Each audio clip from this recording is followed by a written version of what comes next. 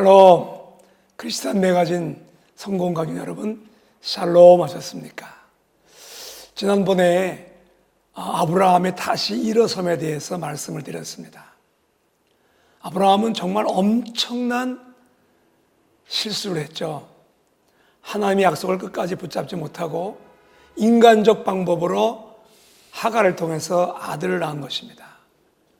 이게 작은 사건 같지만 무려 그 하나님과의 약속을 지키지 못한 것 때문에 13년이란 시간 동안을 아브라함은 고통 속에 흑암 중의 시간을 보냈습니다.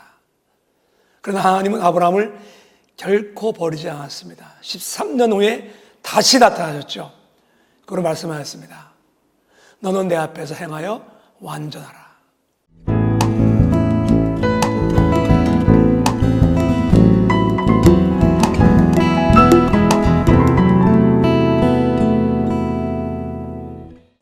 그 완전한 방법은 모든 말씀을 완전히 다 지킨다는 말씀이 아니죠. 내 앞에서 행하여 완전하라. 행함이 있는 믿음을 가져라. 그리고 주신 약속이 뭐죠? 할례를 행하라. 양피를 비고 새로운 육적인 사람을 벗어버리고 새로운 언약의 사람이 되라. 그런 표시로 할례를 행하려고 합니다. 그래서 아브라함은 그 약속대로 99세 때에 할례를 행하고 또 그 아들 이스마엘도 13세 때에 할례를 행합니다. 즉 하나님의 말씀을 행함으로 이행하게 됩니다.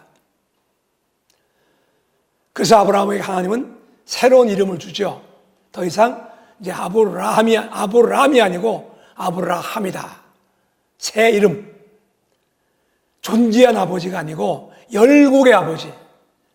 뿐만 아니라 또 17장 5절에 보니까 하나님은 사라의 이름도 바꿔줍니다. 사레. 그렇죠? 열국의 어머니. 공주가 아니라 이제 열국의 어머니다. 하나님은 이제 이 언약의 사람들, 언약의 부부에게 새로운 이름을 주십니다. 어떤 개인적인 그런 가정의 부부가 아니고 부모가 아니고 열국의 부모, 열국의 아버지, 열국의 어머니가 되게 합니다. 그러면서 여기 하나님은 또 놀라운 약속을 하십니다. 뭐라고 말씀했죠? 내가 명년 이맘때에 사라에게 아들을 주겠다. 그때 아브라함은 이 말을 듣고 17절에 보니까 이렇게 아브라함이 말합니다. 아브라함이 엎드려 웃으며 심중에 이르되 100세가 된 사람이 어찌 자식을 낳을까? 사라는 90세니 어찌 생산하리요? 이거 아브라함이 속으로 생각하고 웃은 것입니다. 근데 하나님은 19절에 이렇게 말씀합니다. 하나님이 가라사대 아니다. 내 안에 사라가 정녕 아들을 낳을 것이다. 그리고 그의 이름을 이삭이라고 하라. 여러분, 하나님이 지금 아브라함이 속으로 하는 것도 다 알고 계셔요. 그리고 다시 한번 확인하십니다. 내 안에 사라가 아들을 낳을 것이고 이름까지 주십니다. 그 이름이 뭐죠? 이삭. 이삭이라는 뜻이 뭡니까? 웃음이란 뜻이에요.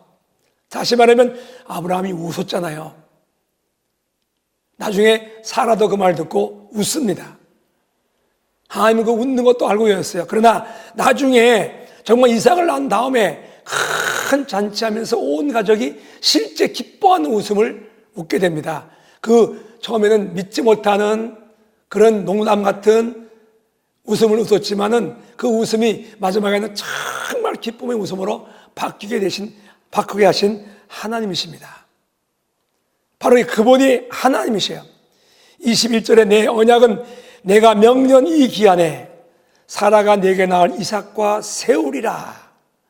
하나님은 아브라함과 약속한 하나님이 아니에요. 내가 낳을 이삭과도 이 언약을 세운다는 것입니다. 근데 언제? 명년 이 기한에 아무 때나 하는 것이 아니고 분명한 때가 있다는 것입니다. 바로 하나님의 때죠. 카이로스. 지금 우리 이 방송 크리스찬 매거진에서 카이로스라고 있죠. 하나님의 때. 그렇습니다. 하나님의 때는 모든 것이 다 이루어집니다. 예수님이 승천하기 전에 제 아들이 아주 중요한 질문을 예수님께 했습니다. 이스라엘 나라 회복이 언제입니까? 이거는 굉장히 중요한 질문이에요. 이스라엘 백성들의 꿈에도 소원이 뭡니까? 로마로부터 독립하는 거예요. 이 독립이 언제 이루어질 것입니까? 언제 독립합니까? 그때 주님은 사도행전 1장 7절에 말씀하죠. 가라사대 때와 기한은 아버지께서 자기 권한에 두셨으니 너희가 알 바 아니요. 그렇습니다. 이 모든 것의 때와 기한은 우리 고난 밖에 있다는 것이에요. 어디에 있습니까? 오직 하나님의 고난의 안에 있다는 것입니다. 다시 말하면 모든 것은 하나님이 즉흥적으로 하는 것이 아니라 하나님이 정하신 기한과 때가 있다는 것이에요. 이제 아브라함이 할 일은 무엇입니까? 하나님이 주신 약속을 믿고 그 때를 기다리는 거예요. 하나님 분명히 명년 그 기간에 청령 아들을 주겠다. 놀라운 것은요, 아브라함이 아까도 말했지만 전번에 말했지만 아브라함의 그 믿음, 자기 몸이 죽은 것 같음을 알고도 믿음이 약해지지 않고 그 약속을 믿었다는 그 믿음이 어디서 나온 것입니까? 바로 하나님의 이 약속이에요. 명년 이 기간에 내가 청령 사라를 통해서 아들을 주겠다는 하나님의 분명하신 약속의 말씀 때문에 아브라함 속에 믿음이 들어간 것입니다. 흔들리지 않는 믿음. 그런데 이것은 하나님이 아브라함에게만 주신 것이 아니라고 로마서 4장에 말씀하고 있습니다. 4장 19절에 보니까 그가 100세가 되어 자기 몸이 죽은 것 같음과 사라의 대 죽은 것 같음을 알고도 믿음이 약해지지 아니하고 믿음이 없어 하나님의 약속을 의심치 않고 믿음이 견고하여져서 하나님께 영광을 돌리며 약속하신 것을 또한 능히 이루실 줄 확신하였으니 이것이 그에게 의로 여기심을 얻었다 그랬습니다. 18절과 21절 사이에 아브라함의 생에 큰 변화가 일어난 것입니다. 하나님이 말씀할 때 속으로 웃으면서 하나님의 약속을 반신반의했던 아브라함이 이렇게 놀라운 믿음의 사람으로 변하게 된 것입니다.